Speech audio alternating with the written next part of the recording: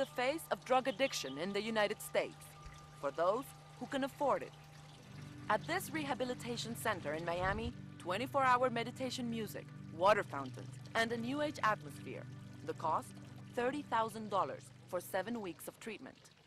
I was in a fog, man. I didn't know. At the group therapy session, John Giordano, a recovered cocaine addict, asks each patient what brought them to the center.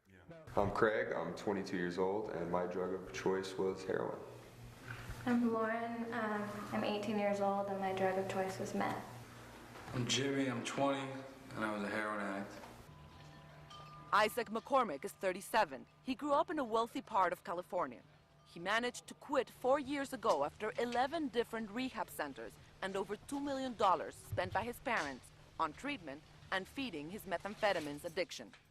Just locked in a bathroom doing drugs. I couldn't, just do them out without locking the door. And I got to that point in my life where I didn't, all I wanted to be was high. Why? I didn't like myself.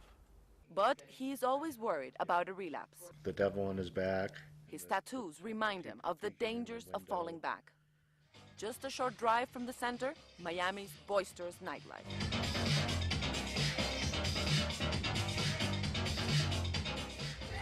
It's past midnight in Miami's South Beach, and the party is just getting started. Here, like in many other wealthy places of the U.S., drugs have become part of the night scene.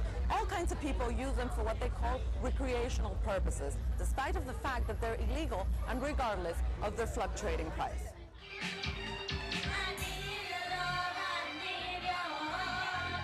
Research conducted in 2007 found that nearly 20 million people in the United States were current drug users, meaning they had used marijuana, cocaine, heroin, or other illicit drugs within the month of the survey. Every day, around 8,000 people across the United States try drugs for the first time. Not all of them end up in treatment. In fact, 75% of users are gainfully employed and use narcotics only occasionally. Melissa has lived in the U.S. for more than 2 years. She's a social user. She says cocaine is 6 times cheaper here than it is in Europe, and it's so easy to get that she can have it delivered to her house. My rules have always been never to do it at home by yourself, never to do it at work. And when it starts affecting other areas of your life, that's when, you should be worried. But none of those things have ever happened to myself or anybody I know.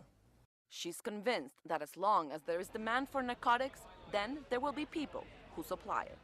Monica Villamizar, Al Jazeera, Miami.